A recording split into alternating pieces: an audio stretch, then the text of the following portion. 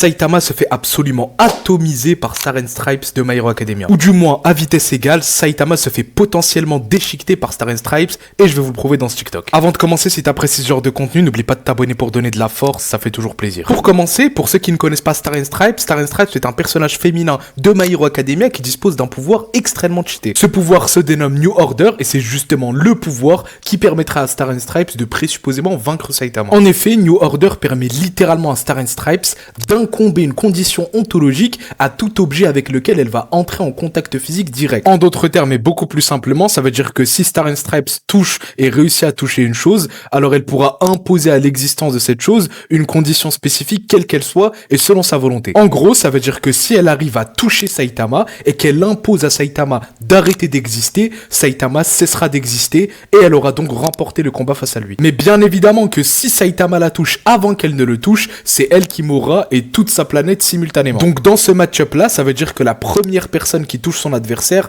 a remporté le combat. Et comme on a présupposé que dans ce match-up là, la statistique de vitesse de Stars and Stripes et de Saitama sont équivalentes, alors ça veut dire que les chances de chacun de toucher l'autre sont plus ou moins équivalentes. En gros, c'est du 50-50. Donc ça veut dire qu'il est bel et bien potentiellement possible pour Stars and Stripes à vitesse égale de fracasser Saitama. Et on sait également, en vertu de ce que Stars and Stripes nous dit elle-même lors de son combat contre Tomura Shigaraki, qu'elle peut imposer deux conditions simultanément avec son New Order, dont une condition qui est imposée sur elle-même directement. Entre autres, ça voudrait dire qu'elle pourrait s'imposer à elle-même la condition de résister directement aux assauts de Saitama, tout en imposant à Saitama la condition spécifique de cesser d'exister après l'avoir touché. Mais comme on est gentil, on va quand même partir du postulat que c'est du 50-50 à vitesse égale pour quand même éviter que les pro Saitama pleurent un peu trop dans les commentaires.